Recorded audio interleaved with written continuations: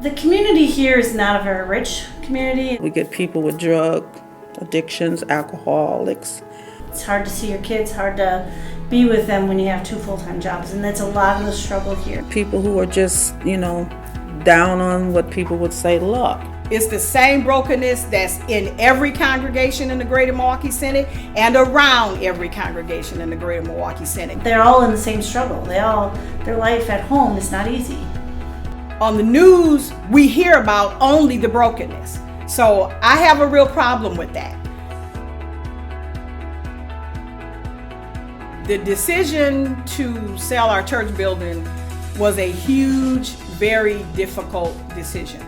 This is what I consider the beginning of a really new place in our journey as a congregation. We have clothing ministry, we have food ministries, we have ministries of relationship where we're working and walking with people.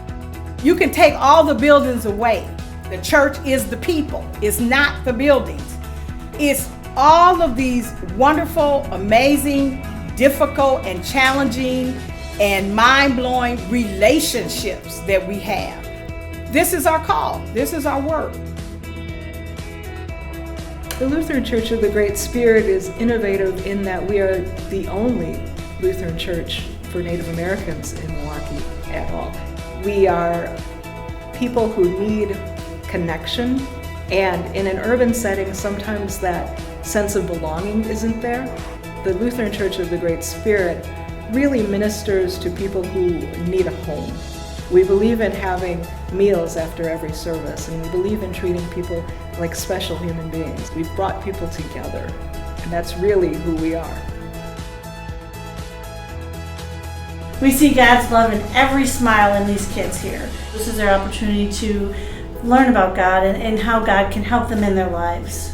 We give them a lot of options when they come here. We help them with their homework in Spanish and English, which is a huge help for them. A lot of the kids otherwise wouldn't get help. We do an arts and crafts time that helps them to be creative. Sometimes when you're in these struggles, you're like, oh, who can help me? What can I do? And it teaches them that there's more out there. And I think that they get that little bit of that every week, and I think they take that home. To be there with them, to be there when they're crying or when they're happy, that's what keeps me coming back every week, so that they feel like I'm part of their family. We put ourselves out there in the community to let people know that, you don't have to be afraid of church.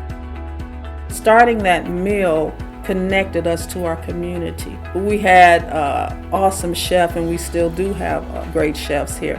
We were called the restaurant church because we served food like restaurants. We served steak, we served pork chops, we served fish of all kinds. And it's just a time to just bring people together, and everybody that I have invited that has come to this church walk away with something, and they feel like they've been in God's presence. That's what we're here for. That's our purpose. Not just to feed you the food that you need, but to give you the love, to sit at the table and dine with you. We need each other. We can't do it all by ourselves.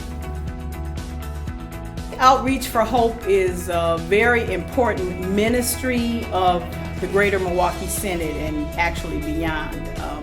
It is a gift and a tool that helps us to minister to the world.